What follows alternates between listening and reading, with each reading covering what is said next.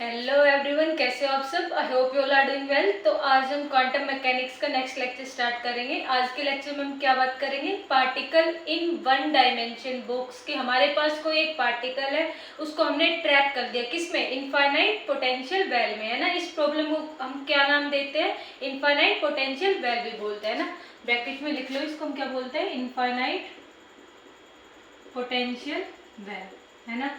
तो इसके बारे में होता क्या है, क्या पढ़ते हैं हम सारा, तो आज पूरा इसके बारे में डिस्कस करेंगे, है ना। तो एक particle trapped in a box with infinite potential goals, कि एक पार्टिकल है, हमने माना ये मेरे पास क्या है, एक पार्टिकल, इसको मैंने इनफाइनाइट पोटेंशियल की जो गोल है ना, इसमें इसको क्या कर दिया, ट्रैप कर दिया। ट्रैप इन द सेंस कि अब ये जो पार्टिकल है मेरा, ये इस बॉल को क्रॉस करके आउटसाइड द बॉक्स नहीं जा पाएगा। ऐसे ही ये लेफ्ट साइड में, कि इसको ये पेनिट्रेट करके, इसको क्रॉस करके ये बाहर की साइड नहीं जा पाएगा, है ना। और हम क्या एजम्पशन लेते हैं इसमें, कि we assume that the particle do not loss energy during collision, कि जब भी ये कोलाइड करेगा इन बॉल से, है ना, तो ये क्या करेगा, अपनी एनर्जी को लॉस नहीं करेगा। यानी कि क्या हो रहा है यहाँ पे, परफेक्टली इलास्टिक कोलिजन हो रहा है, कि no change in the momentum in kinetic energy, है ना। तो मैंने क्या लिखा हुआ है कि इन वन डायमेंशन, हम किसकी बात कर रहे हैं, वन डायमेंशन, यानी अलोंग एक्स एक्सिस की बात कर रहे हैं, है ना।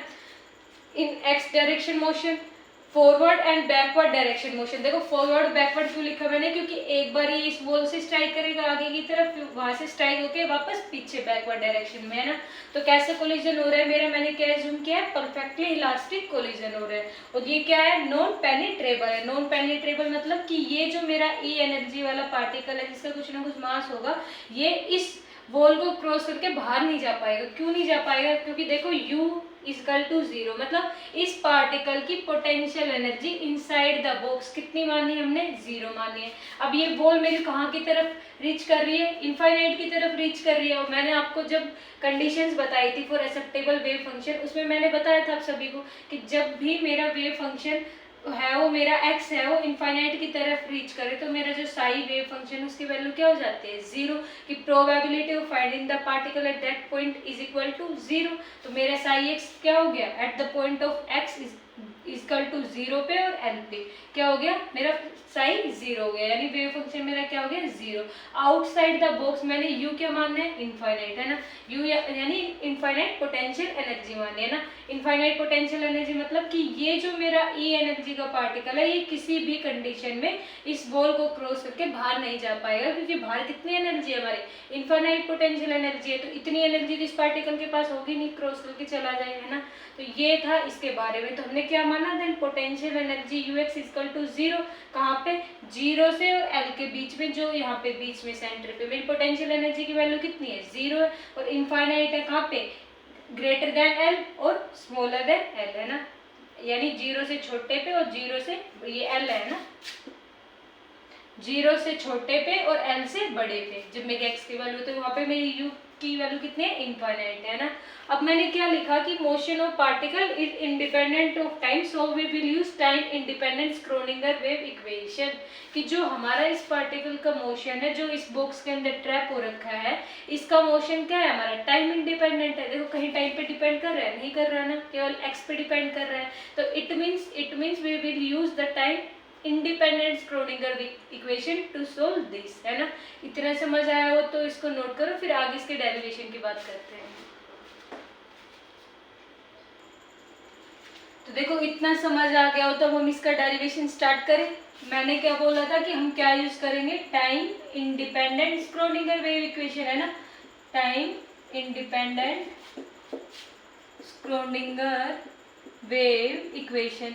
अब time independent Schrodinger wave equation क्या होता है, ऑलरेडी मैं बता चुकी हूँ, है ना, सर्च कर लेना, Payal Yadav physics time independent Schrodinger wave equation, है ना, वहाँ पे मिल जाएगी। क्या इक्वेशन होती है हमारी, डेल स्केयर साई अपोन में डेल एक्स स्केयर प्लस में 2m बाई एच कट का स्केयर, डेल साई अपोन में del T, sorry 2m by H cut का square, del psi by del T हमारा टाइम डिपेंडेंट में आता है ना। यहाँ पे क्या आता है हमारा, e minus b psi is equal to zero, equation number first मान ली। ये हमारी क्या है, time independent Schrodinger wave equation है, जहाँ पे एच कट क्या होता है हमारा, एच कट की वैल्यू होती है h अपोन में 2 पाई, है ना। ये वैल्यू होती है। अब मैं बात करूँ इस time independent Schrodinger wave equation की, किस पे, एट एक्स इजकल टू, जब मेरा एक्स कहाँ पे हो, 0 और एल के बीच में हो, है ना, यानी मैं क्या लिख दूँ, at x in between 0 and l, तो वहाँ पे मेरे v की वैल्यू कितनी है, 0, v यानी u, है ना, पोटेंशियल एनर्जी, एक ही बात है, v का मतलब भी पोटेंशियल एनर्जी, u का यहाँ पे भी पोटेंशियल एनर्जी। ये मेरी कितनी वैल्यू है, इसकी 0 वैल्यू है। जब मेरा वो particle in between the 0 and L पे हो, उस पोजिशन पे मेरी जो पोटेंशियल है उसकी वैल्यू कितनी है, 0। तो फर्स्ट इक्वेशन में पुट कर दो, है ना, तो मेरे पास क्या वैल्यू आ जाएगी, del square psi upon del x square plus 2m by H cut square, है ना, यहाँ पे क्या आ जाएगा, केवल ई साई इजकल टू 0। ये इक्वेशन मेरी इसमें रिड्यूस होगी, क्योंकि v की वैल्यू क्या हो जाएगी मेरी, 0, है ना, तो v साई की वैल्यू 0, तो यहाँ पे ई साई बचेगा केवल, इजकल टू 0। ये इक्वेशन समझ आई। अब मैं क्या करूँगी, इस 2m by H cut square E को मैं किससे रिप्लेस कर दे रही हूँ, del square psi by del X square plus में K square Sai is equal to 0, है ना। अब देखो आपके रटने की जरूरत नहीं है कि ये जो मेरी वैल्यू है 2m by H cut square E, इसको मैंने के स्क्वेयर क्यों लिखा, है ना, रटने की जरूरत नहीं, अभी समझा देती हूँ। देखो के की वैल्यू क्या होती है हमारे पास, पहले काइनेटिक एनर्जी समझो, है ना, काइनेटिक एनर्जी क्या होती है, हाफ एम वी स्क्वेयर। मैं इसको m से ही मल्टीप्लाई कर दूँ, m से ही डिवाइड कर दूँ, कुछ इफेक्ट नहीं पड़ेगा। तो m से जब मैं मल्टीप्लाई करूँगी तो m का भी स्क्वायर हो जाएगा, यानी कि ये मैं ऐसे लिख दूँ mv का होल स्क्वायर अपॉन में m, है ना। अब mv product of mass into velocity किसका फॉर्मूला होता है, मोमेंटम का, यानी p स्क्वायर बाई 2m, है ना। तो यहाँ से p स्क्वायर की यानी p की वैल्यू मैं निकाल सकती हूँ, है ना, क्या आ जाएगी, √2m काइनेटिक एनर्जी, ये आ जाएगी p की वैल्यू मेरे पास। अब मैं किसकी बात करूंगी, k की। देखो k की वैल्यू क्या होती है मेरे पास, 2 पाई बाई लैम्डा। k किसको शो करता है, वेव नंबर को शो करता है ना, तो k equal to 2 pi by lambda हो गया। अब लैम्डा क्या होता है मेरा, according to de Broglie hypothesis, h upon p, यानी कि मैं ऐसा लिख दूँ 2 पाई अपॉन में h और p रेसिप्रोकल होकर ऊपर चला जाएगा मेरा, है ना। अब इस p की वैल्यू सब्सटीट्यूट कर दो और h की, ये 2 पाई बाई h, देखो मैं इसका ऐसे लिख सकती हूँ ना, p अपॉन में h अपॉन 2 पाई, है ना, कुछ इफेक्ट नहीं पड़े, 2 पाई डिनोमिनेटर के डिनोमिनेटर में यानी ऊपर जाएगा तो अगेन यही सेम चीज बनेगी, है ना। तो p की वैल्यू क्या है, अभी निकाल लिया आप लोगों ने, √2m काइनेटिक एनर्जी अपॉन में h अपॉन 2 पाई क्या होता है मेरा, h कट होता है, पहले ही बता दिया मैंने, है ना। तो मैं यहाँ पे क्या लिख दूंगी, h कट, है ना। ये मेरी किसकी वैल्यू आ गई, k की वैल्यू क्या आई, √2m के ई अपॉन में h कट। जब मैं k स्केयर की बात करूंगी तो यहाँ पे भी स्केयर हो जाएगा, यानी 2me अपॉन में h कट का स्केयर।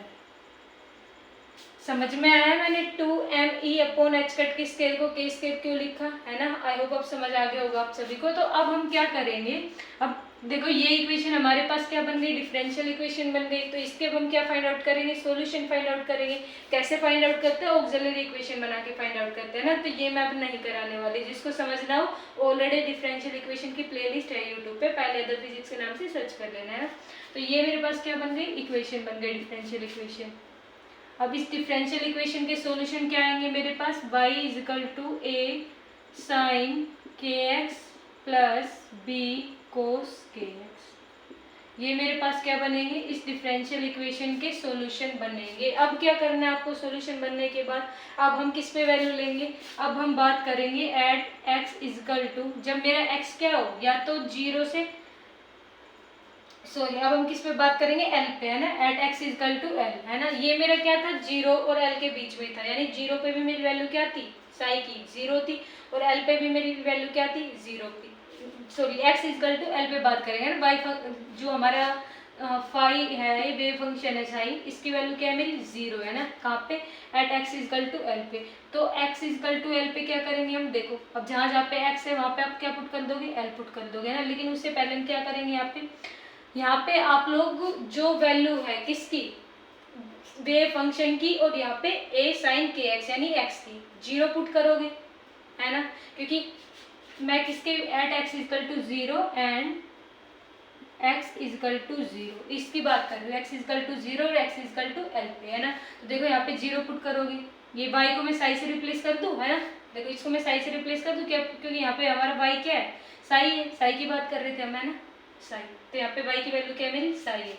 तो x इजकल टू एल पे और x इजकल टू 0 पे। तो देखो पुट करो, साई की वैल्यू क्या है मेरी, साई की वैल्यू क्या है, x equal to 0, x equal to l पे, x equal to 0, x equal to l पे मेरी साई की वैल्यू 0 है।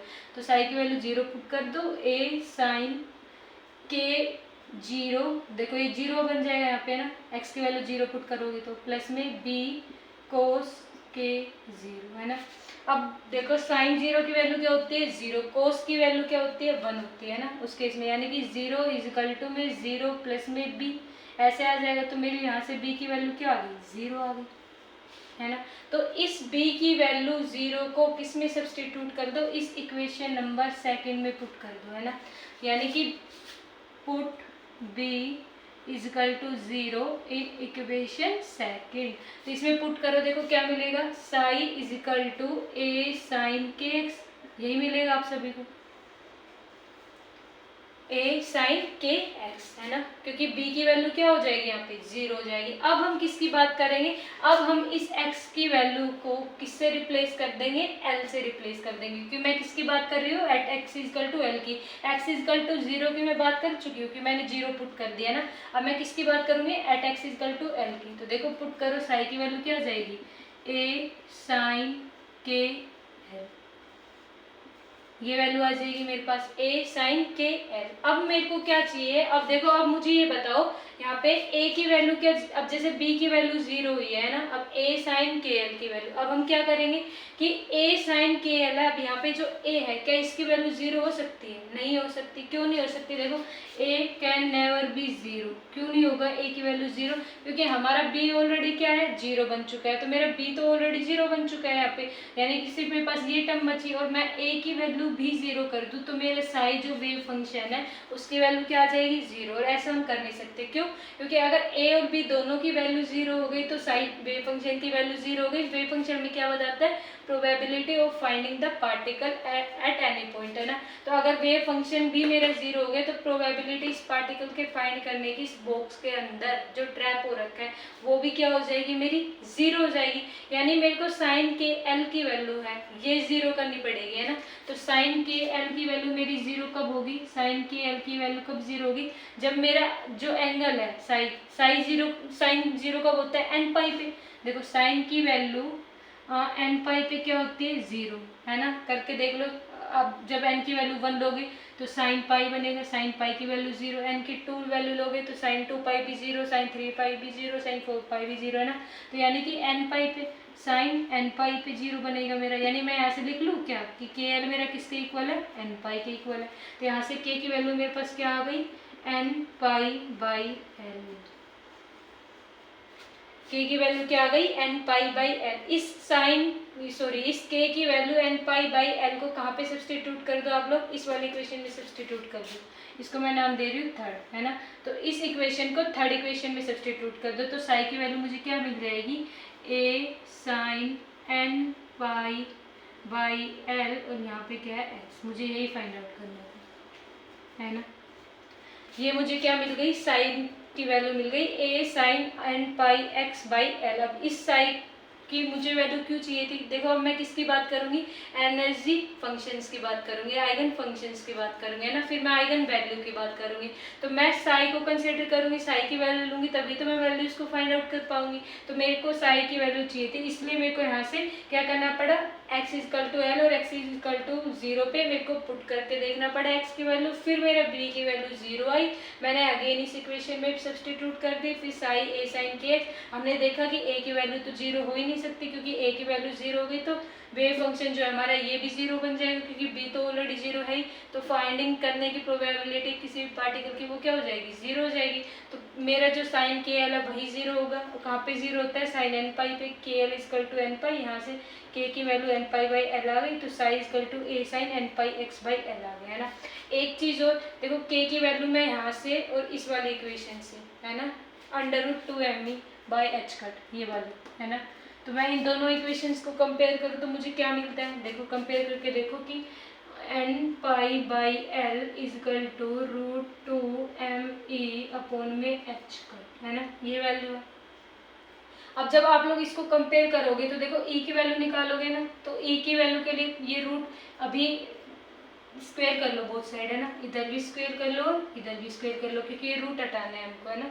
तो करोगे तो क्या मिलेगा, n square pi square upon में एल स्क्वायर, है ना। ये एच कट यहाँ पे क्या है, डिवाइड में उधर जाएगा तो मल्टीप्लाई में, यानी एच कट का स्क्वायर हो जाएगा, यहाँ पे एच कट है, इसका स्क्वायर करोगे तो एच कट का स्क्वायर, है ना, अपॉन में। अब ये रूट से ये स्क्वायर कैंसिल आउट हो जाएगा इसका, है ना, तो 2m, है ना।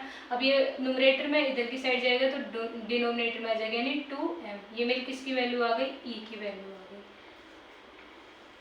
यही मुझे फाइंड आउट करना। देखो इंपॉर्टेंट है ये, डेरिवेशन सीधा सीधा पूछता है, और एनर्जी की वैल्यू फाइंड आउट करना पूछेगा। ये एनर्जी की वैल्यू बताओ जब पार्टिकल हमारा वन डायमेंशन इनफाइनाइट बॉक्स में क्या हो रखा हो, ट्रैप हो रखा हो। तो ई की वैल्यू याद रखनी है, n square pi square H cut square upon में 2m एल स्क्वायर। देखो नीचे जो हमारी ये लेंथ है ना, डिस्टेंस, इसका स्क्वायर हो रखा है, ध्यान रखना, है ना। तो अब हम क्या बात करेंगे, इस ई जब मैं n की वैल्यू 1 2 3 रखूँ तो मेरे e की वैल्यू क्या आती है ना, उस ग्राफ के बारे में बात करेंगे। इतना नोट करो, आई होप समझ आया होगा आप सभी को। तो देखो इतना समझ आ गया, तो यहाँ से एक चीज तो क्लियर हो गई कि जो हमारा फंक्शन है उसकी कुछ सर्टेन वैल्यूज ही हो सकती है, सारी वैल्यूज तो पॉसिबल नहीं है ना। और वहां से हमने ई की वैल्यू फाइंड आउट कर ली थी, क्या आई थी हमारी, n square pi square H cut square upon में एल स्क्वायर 2m, है ना। अब देखो मैं क्यों बोल रही हूँ कि सर्टेन वैल्यूज ही हो सकती है, मैं लिख दूँ एक बार इस बात को, है ना, कि it is clear that the particle can have certain values,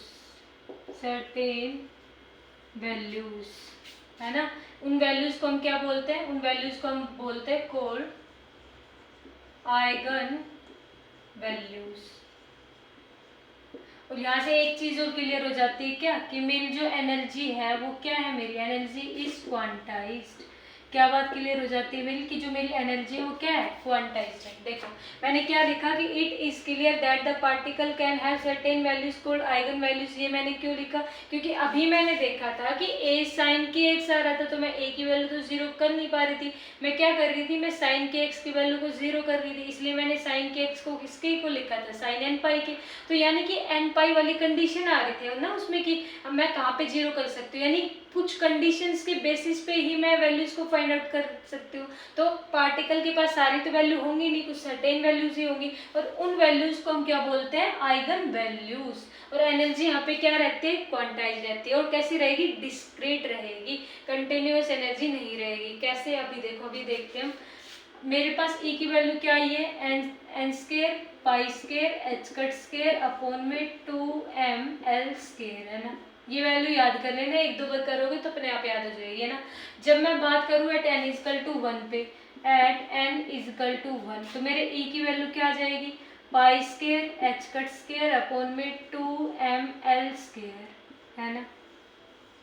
इसको ही हम क्या बोलते हैं, इसी को हम बोलते हैं ग्राउंड पॉइंट एनर्जी। ये जो एनर्जी की वैल्यू है मेरे पास, pi square H square pi square H cut square upon में 2m एल स्क्वायर, इसी को हम क्या बोलते हैं, ग्राउंड पॉइंट एनर्जी। ऐसे ही आप n इजकल टू 2 पे, n इजकल टू 3 पे निकालोगे, है ना, तो वहाँ पे कुछ ना कुछ एनर्जी की वैल्यू मिलेगी आपको। फिर हम क्या कर देंगे, ग्राफ प्लॉट कर देंगे। तो हम वहाँ से क्या देखेंगे कि एनर्जी की वैल्यू हमारे पास कैसी आई है, डिस्क्रीट आई है। तो देखो कर दो पुट, तो n इजकल टू 1 पे ये मेरी क्या है, ग्राउंड पॉइंट एनर्जी है ना, ग्राउंड या फिर ग्राउंड और जीरो पॉइंट एनर्जी, इसी को हम क्या बोलते हैं, ग्राउंड या जीरो पॉइंट एनर्जी। तो पेपर में डेरिवेशन आ जाता है, सीधा पूछ लेंगे कि ग्राउंड पॉइंट एनर्जी का डेरिवेशन करो, है ना, पार्टिकल इन 1D का डेरिवेशन करो जो इनफाइनाइट पोटेंशियल वेल के अंदर। तो क्वेश्चन इंपॉर्टेंट है पूरा, है ना। तो at is n equal to 1 पे आ गई, ये क्या है, e 1 पे, है ना। अब मैं एट n इजकल टू 2 की बात कर लूँ थोड़ी, है ना, तो e2 क्या आ जाएगा मेरे पास, देखो n स्क्वायर है तो 2 रखूंगी वैल्यू, तो 2 का स्क्वायर यानी 4, तो 4 पाई square H cut square upon में 2m एल स्क्वायर। ये वैल्यू मेरी किसके इक्वल है, पाई square H cut square upon 2m L square, ये मेरी किसके इक्वल है, e1 के। तो मैं ऐसा लिख दूँ इसको 4e1, है ना। किसी को कोई दुख तकलीफ नहीं होनी चाहिए, बड़ा आसान है। देखो e1 की वैल्यू ये थी, पाई square H cut square upon 2m L square, तो यहाँ पे इस वाली वैल्यू इसको मैंने क्या लिख दिया, e1 पुट कर दिया। ऐसे ही आप लोग n इजकल टू 3 पे, है ना, तो E3 पे क्या आ जाएगा, देखो अब n का स्क्वायर है यानी 3 पुट करोगे, 3 का स्क्वायर 9 यानी 9 pi square h cut square upon में 2ml स्क्वायर है ना, यानी क्या आ गया 9E1 and so on, further चलता रहेगा। फिर 16 टाइम्स ऑफ E1 आ जाएगा, फिर 25 टाइम्स आ जाएगा, 36 टाइम्स है ना, तो ये चलता रहेगा प्रोसेस। तो जब मैं प्लॉट करूँ इसको है ना, देखो 1 2 3 है ना, यहाँ पे मेरी क्या है n की वैल्यूज है, यहाँ पे मेरी किसकी वैल्यूज आएंगी, एनर्जी की वैल्यूज आएंगी है ना। यहाँ पे क्या है मेरा n equal to 1, n equal to 2, n equal to 3 ऐसे मान लूँ मैं। अब E1 की वैल्यू मेरी क्या है, देखो n इजकल टू 1 पे मेरी क्या वैल्यू है, pi square h cut square upon 2ml square. तो मैं इसको लिख दूँ यहाँ पे कि pi square h cut square upon में 2ml स्केयर, कहाँ पे n की वैल्यू 1 पे, फिर n की वैल्यू 2 पे मेरी इसकी वैल्यू क्या है, एनर्जी की वैल्यू, मेरी एनर्जी की वैल्यू 4 टाइम्स ऑफ E1 यानी मैं सीधा लिख दूँ 4 टाइम्स ऑफ E1, इसको लिख दूँ मैं 9 टाइम्स ऑफ E1। तो यहाँ से क्या चीज़ पता चल रही है आपको, देखे यहाँ से आपको पता चल रहा है कि जो एनर्जी की वैल्यू है मेरी, ये देखो एनर्जी की वैल्यू क्या है, कंटिन्यूस एनर्जी आई कि 4 के बाद मेरे पास 5 आना चाहिए था, 6 आना चाहिए था, 7 8 तब मेरे पास 9 आना चाहिए था है ना, लेकिन ऐसा तो देखने को नहीं मिला। तो यहाँ से क्या चीज़ प्रूव हुई थी, यहाँ से ये चीज़ प्रूव हुई थी कि पार्टिकल के पास कैसी एनर्जी है, डिस्क्रीट एनर्जी है। कैसी एनर्जी है, डिस्क्रीट एनर्जी है, क्वांटाइज्ड है वो एनर्जी है ना। तो ये चीज़ यहाँ से प्रूव हो गई थी। आई होप इतना समझ आया हो। अब हम किसकी बात करेंगे, ये हमने किसकी बात की है, एनर्जी की बात की है ना, आइगन फंक्शन वगैरह की। अब हम क्या करेंगे, उनकी वैल्यूज को फाइंड आउट करेंगे है ना। अब मैं क्या करूँगी कि मैं जो ए है हमारा वो क्या हो सकता है, उस ए की वैल्यू क्या हो सकती है, उस ए की वैल्यू को फाइंड आउट करेंगे हम है ना। तो इसको नोट करो इतना। तो देखो अब हम किसकी बात करेंगे, आइगन फंक्शन की। तो for eigen function in 1D है ना, 1 डायमेंशन। देखो अभी हमने किसकी बात की, आइगन वैल्यूज की बात कर ली कि जो हमारा फंक्शन था उसके पास सर्टेन वैल्यूज ही हो सकती थी है ना, क्योंकि कंडीशन लगी हुई थी कि साइन की वैल्यू हमने 0 करनी थी। तो साइन को हमने किसके इक्वल किया था, हमने n पाई के इक्वल कर दिया था है ना। तो वहां से हमें आइगन वैल्यूज का बारे में पता चल गया था। अब हम किसकी बात करेंगे, आइगन फंक्शंस की बात करेंगे, आइगन फंक्शन साई के बारे में ना। तो देखो हमारी साई की वैल्यू क्या आई थी, यहाँ से a साइन kx ये वैल्यू आई थी। और जब मैंने k की वैल्यू सब्सटीट्यूट कर दी थी तो n पाई बाई l थी ना वैल्यू है ना। तो मैं इसको ऐसे लिख लूँ, a sine n pi x और यहाँ पे l, यही वैल्यू आई थी n पाई बाई l है ना। जब मैंने के एक्स को किसके इक्वल पुट किया था, n पाई के sine k x equal to sine n pi, तो k की वैल्यू मेरे को यहाँ से क्या मिली थी, n पाई बाई x है ना। तो मैं यहाँ पे k की वैल्यू को सब्सटीट्यूट कर दिया। अब मेरे को क्या करना है, देखो मैं क्या करूँगी, इसको नॉर्मलाइज करूँगी इस वेव फंक्शन को। तो मैं यहाँ पे लिख दूँ नॉर्मलाइजेशन या नॉर्मलाइजिंग इट है ना। अब नॉर्मलाइजेशन क्या होता है, क्यों यूज करते हैं, ऑलरेडी मैं सारी बातें बता चुकी हूँ है ना। तो मैं डायरेक्ट कंडीशन लिख रही हूँ कि माइनस इनफाइनाइट से इनफाइनाइट यहाँ पे psi square d x equal to 1 है ना। ये होता है मेरे पास नॉर्मलाइजेशन की कंडीशन है ना। तो अब मैं इसका नॉर्मलाइज करूंगी इसका। तो अब आपकी मर्जी, आप इस फंक्शन को लेके चलो या इस फंक्शन को लेके चलो, आंसर दोनों से सेम ही आएगा। हम क्या करना चाह रहे हैं, हम यहाँ से a की वैल्यू फाइंड आउट करना चाह रहे हैं। मैंने बताया था ना a कि ये हमारे पास वेव फंक्शन है, इसका कुछ सॉल्यूशन निकल के आएगा। उस सॉल्यूशन को मैं किसी कांस्टेंट से मल्टीप्लाई कर दूँ तो वो जो सॉल्यूशन नया बनेगा वो भी इस इक्वेशन का क्या होगा, सॉल्यूशन होगा। और ये मैं प्रूव कर चुकी हूँ है ना नॉर्मलाइजेशन वाले लेक्चर में। तो वहाँ से देख लेना कैसे करते हैं। तो अब देखो मैं वैल्यूज लिख दूँ यहाँ पे। अब मेरी लिमिट क्या है, मेरी लिमिट 0 से l तक जा रही है ना। अब इस साई स्केयर को मैं ऐसे भी लिख सकती हूँ। देखो मैं क्या करती हूँ, साई स्टार करती हूँ, इंटीग्रेट a से लेके b साई स्टार। और यही मेरे किसके इक्वल होता है, a से लेके b साई है ना। और यही किसके इक्वल होता है मेरे a से b साई स्क्वायर के। ये तीनों बातें एक ही है ना। जिन्होंने प्रीवियस लेक्चर देखे होंगे उनको समझ आ रहा होगा, तीनों बातें एक होती है। क्यों, क्योंकि साई ये वेव फंक्शन इसका कॉन्जुगेट होता है ना। मॉडुलस में दोनों की वैल्यू इक्वल आएगी तो यानी मोड का स्क्वायर हो गया यहाँ पे। तो मैं इसको क्या लिख सकती हूँ, psi star psi d x equal to 1 लिख सकती हूँ है ना। अब मेरे पास साई की वैल्यू क्या है, a साइन के एक्स है ना। साई स्टार में कैसे फाइंड आउट करती हूँ, साई स्टार यानी कॉन्जुगेट, है ना, कैसे फाइंड आउट करती हूँ, साई को मैं साई स्टार से रिप्लेस कर देती हूँ, आयोटा को किससे, माइनस आयोटा से रिप्लेस कर देती हूँ। तो साई को मैंने किससे रिप्लेस कर दिया, साई स्टार से। अब यहाँ पे क्या आयोटा है, नहीं है, तो यानी सेम फंक्शन रहेगा हमारे पास, यानी ए साइन के एक्स, यही फंक्शन रहेगा हमारे पास। तो यहाँ पे पुट कर दो आप लोग, तो 0 से लेके एल तक ए साइन के एक्स, फिर से ए साइन के एक्स, यहाँ पे आ जाएगा dx, यहाँ पे आ जाएगा 1 मेरा, है ना, ये वैल्यू आ जाएगी। तो a यानी a इसके बाहर ले लो, है ना, अंदर क्या बचेगा, 0 से लेके l sine square k x d x equal to 1। इसका इंटीग्रेशन फेमस इंटीग्रेशन है, सबको आता होगा, कैसे करना है, आप इसको रिड्यूस कर लो, 1 माइनस में कोस 2 के एक्स अपॉन में 2, उससे उस वाले फॉर्मूले से, है ना, फिर 1 का अलग से इंटीग्रेशन कर दो, और 1 का इंटीग्रेशन करोगे x के रिस्पेक्ट में x आएगा, लिमिट यहाँ पे l पुट कर देना, है ना, तो l माइनस में फिर कोस का करोगे तो कोस का इंटीग्रेशन क्या आता है, साइन, है ना, तो वहाँ से फिर कोस के में वहाँ पे लिमिट पुट कर देना, क्या, l, है ना, upper limit minus lower limit put करोगे, मैं नहीं करूँगी यहाँ पे, है ना, ऑलरेडी काफ़ी लेंथी वीडियो हो चुकी है। तो यहाँ से मुझे क्या वैल्यू मिलेगी, मुझे यहाँ से a की वैल्यू मिलेगी √2/l, ये वैल्यू मिलेगी मुझे वहाँ से, है ना। तो मुझे ए की वैल्यू ही चाहिए थी, ए की वैल्यू मतलब कि इस इक्वेशन को, ये जो मेरी psi equal to A sine k x है, इसमें मैं ए की वैल्यू √2/l सब्सटीट्यूट कर दूँ, तो ये मेरा फंक्शन कैसा फंक्शन बन जाएगा, नॉर्मलाइज्ड फंक्शन बन जाएगा। नॉर्मलाइज्ड फंक्शन मतलब इस ए की वैल्यू पे मेरे पार्टिकल के फाइंड करने की प्रोबेबिलिटी क्या होगी, मैक्सिमम होगी, है ना। तो ये मतलब होता है नॉर्मलाइजिंग का, है ना, इसलिए हम नॉर्मलाइजेशन करते हैं ताकि उसकी प्रोबेबिलिटी हमें किसी भी पार्टिकल की मिल जाए किसी भी फाइंड पे। तो √2/l जब हमारी ए की वैल्यू होगी तो इस फंक्शन की फाइंड करने की प्रोबेबिलिटी क्या हो जाएगी, मैक्सिमम हो जाएगी, है ना। तो साई की वैल्यू क्या आ जाएगी मेरे यहाँ से, √2/l साइन के एक्स, ये आप के की वैल्यू में लिख दो यहाँ पे n πx/l, है ना, ये वैल्यू मिल गई मुझे किसकी, साई यानी वेव फंक्शन की वैल्यू। अब यहाँ पे आप n की वैल्यू 1 पुट करके, 2 पुट करके, 3 पुट करके अलग अलग वैल्यूज निकाल सकते हो, है ना, एनर्जी आइगन फंक्शन की वैल्यू। तो आइगन फंक्शन की वैल्यू यहाँ से कैसे निकल जाएगी, n की वैल्यू पुट कर दो 1 2 3 ऐसे इनफाइनाइट तक, तो एक में पुट कर दूँ साई 1 √2/l, तो देखो n की वैल्यू क्या हो जाएगी मेरे पास 1, तो मैं क्या लिखूँगी यहाँ पे केवल साइन πx/l, है ना।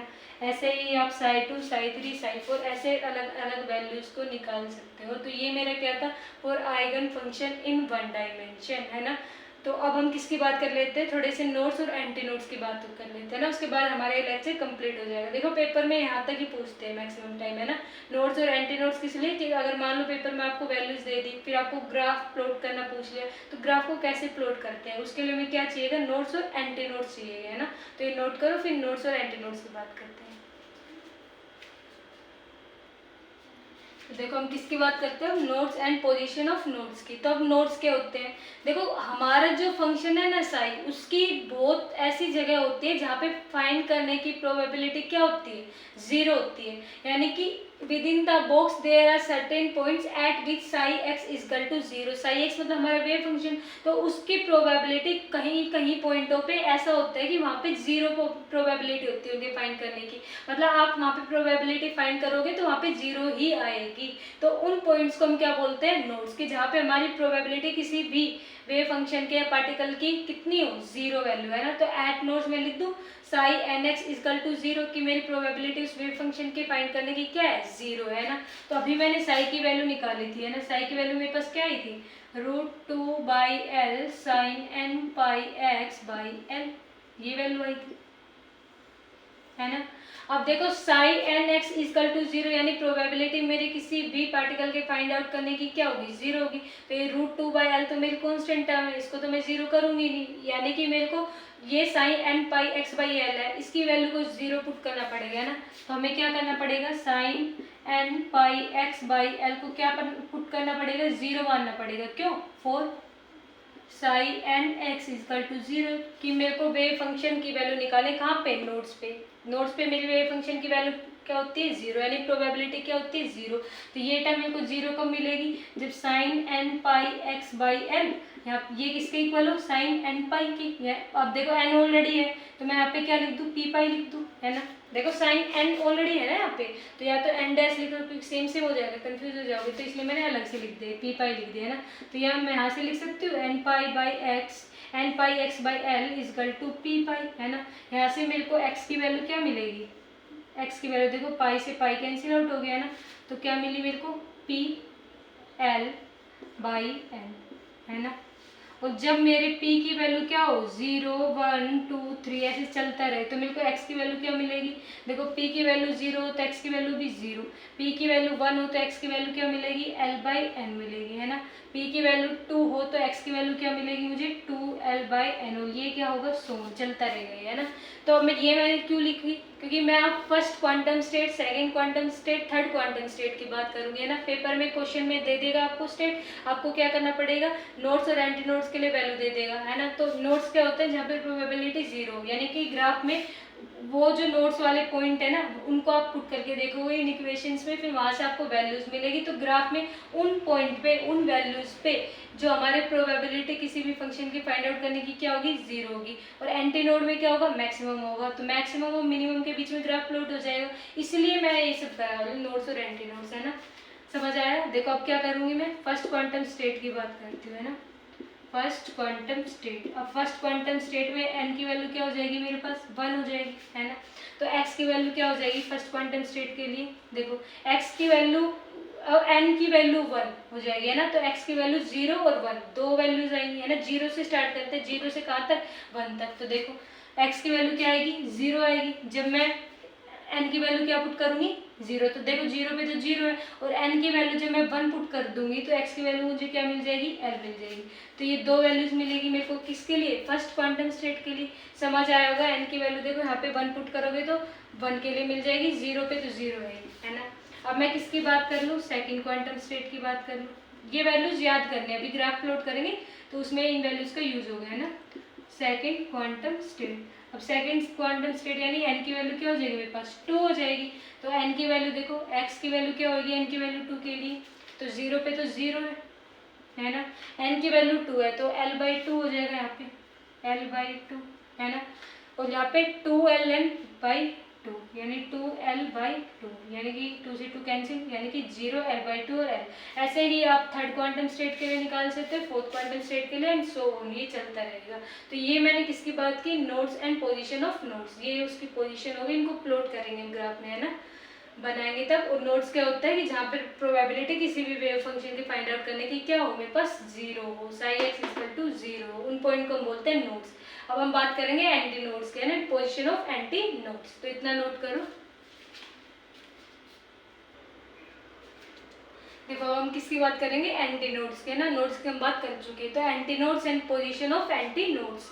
तो विद इन द बॉक्स, अब देखो नोड्स में क्या था, प्रोबेबिलिटी मिनिमम थी, है ना। यहाँ पे क्या होगी, प्रोबेबिलिटी किसी भी वेव फंक्शन की या पार्टिकल की कहीं पे फाइंड करने की क्या होगी, मैक्सिमम होगी। तो within the box there are certain point at which psi x equal to maximum, कि वहाँ पे प्रोबेबिलिटी किसी भी फंक्शन के फाइंड आउट करने की क्या हो, मैक्सिमम हो। तो उन पॉइंट्स को हम क्या बोलते हैं, एंटी नोड्स बोलते हैं। तो sine n x equal to maximum, और ये मैक्सिमम कब होगा, जब sine N pi x by L की वैल्यू क्या हो हमारे पास 1 हो। क्यों, क्योंकि साइन हमारे पास पता है क्या होता है wave function A sine N pi x by n, और ए की वैल्यू क्या है, ए की वैल्यू है मेरे पास √2 बाई एन, है ना। तो देखो अब ये तो कांस्टेंट है, ये तो इसमें तो कुछ चेंज नहीं कर सकते, इसी वैल्यू में चेंज करके हम साई की वैल्यू मैक्सिमम फाइंड आउट कर सकते हैं। तो इसकी वैल्यू जब 1 होगी तो साई की फाइंड आउट करने की प्रोबेबिलिटी क्या होगी √2 बाई एल, यानी कि √2 बाई एल पॉइंट पे उस पार्टिकल के फाइंड करने की प्रोबेबिलिटी मैक्सिमम होगी कि उस पॉइंट पे वो मिल जाएगा पार्टिकल हमें, है ना। तो यानी कि अब sine N pi x by L 1 यानी मिनिमम करना है हमें, सॉरी मैक्सिमम करना है। तो मैक्सिमम कहाँ पे होता है, मिनिमम होता है एन पाई पे, मैक्सिमम 2p + 1 पाई बाई 2 पे, है ना। यहाँ पे हम n नहीं ले सकते क्योंकि n ऑलरेडी यहाँ पे है, इसलिए मैंने p लिख दिया, है ना। तो यहाँ से n pi x by L is equal to 2p + 1 pi by 2 के इक्वल आ जाएगा, है ना। x की वैल्यू फाइंड करोगे तो 2p + 1 l बाई 2n आ जाएगा। अब p की वैल्यू 0 1 2 के लिए x की वैल्यू आ जाएगी l बाई 2n, जैसे लास्ट केस में किया था ना नोट्स के लिए, सेम ऐसे ही इसमें करना है। तो x की वैल्यू आ गई l by 2n, 3l by 2n, 5l by 2n।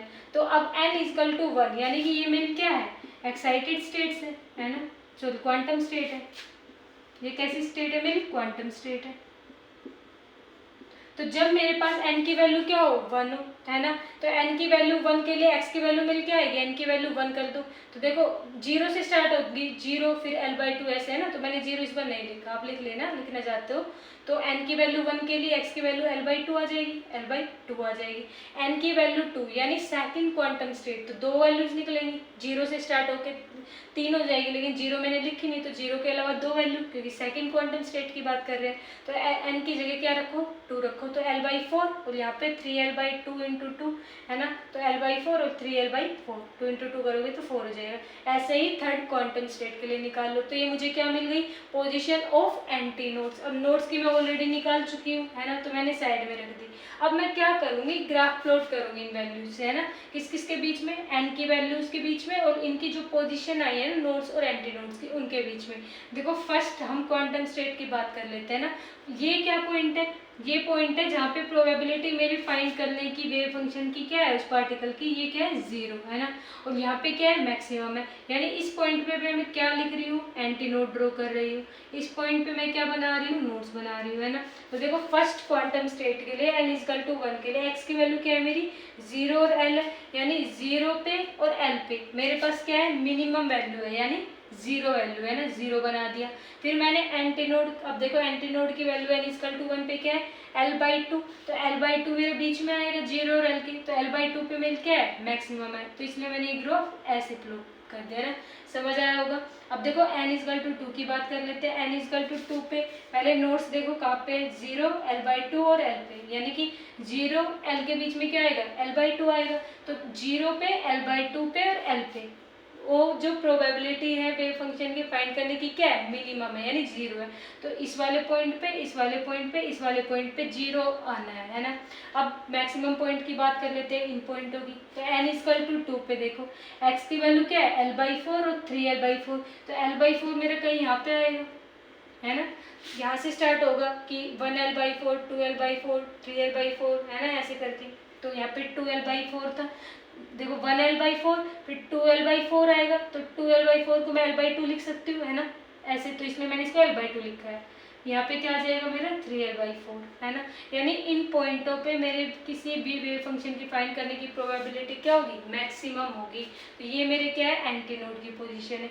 Same आप थर्ड क्वांटम स्टेट के लिए कर सकते हो कि थर्ड के लिए देखो x की वैल्यू 0, l/3 और 2l/3 और l, इन पे मेरी वैल्यूज क्या है 0 है। तो देखो यहाँ पे मैंने बनाया हुआ है कि यहाँ पे 0 है ना। ये वाला पॉइंट मेरा क्या है, ये वाला पॉइंट मेरा है 2l/6 यानी l/3 है ना। क्यों लिखा मैंने, ताकि कंफ्यूज ना हो। 1l/6, 2l/6, 3l/6, 4l/6, 5l/6 और 6l/6, तो 6l/6 तो मेरा 1 ही हो जाएगा, यानी केवल l बच जाएगा है ना। तो ऐसे कंफ्यूज नहीं होना है कि हम l की वैल्यूज क्या लें। तो 1l/6, 2l/6, 3l/6, 4l/6, 5l/6 और 6l/6 that is equal to l only है ना। तो यहाँ से आप लोग इसको प्लॉट कर सकते हो इन वैल्यूज को। तो इसलिए नोड्स और एंटी नोड्स की जरूरत पड़ती है ना। अब समझ में आया कि ग्राफ की जो है हमारा वो कैसे प्लॉट होता है, जब हमें n की वैल्यूज यानी क्वांटम स्टेट की वैल्यू गिवन हो और किन की पोजीशन ऑफ नोड्स और एंटी नोड्स की। तो पोजीशन ऑफ नोड्स और एंटी नोड्स की वैल्यू गिवन हो तो आप किसी भी ग्राफ को प्लॉट कर सकते हो आसानी से। तो आज का लेक्चर हमारा किसके बारे में था, पार्टिकल इन 1 डायमेंशन बॉक्स। हमने सारी वैल्यूज की बात कर ली है ना, उसके एनर्जी की वैल्यू बात कर ली, आइगन फंक्शन की बात कर ली, आइगन वैल्यूज की बात कर ली जिसमें हम नॉर्मलाइज किया था है ना उसको, नोड्स और एंटी नोड्स की बात कर ली। आज हमने सारी बात कर ली पार्टिकल इन 1 डायमेंशन बॉक्स के लिए। So please share and subscribe my channel. Thank you for watching my videos.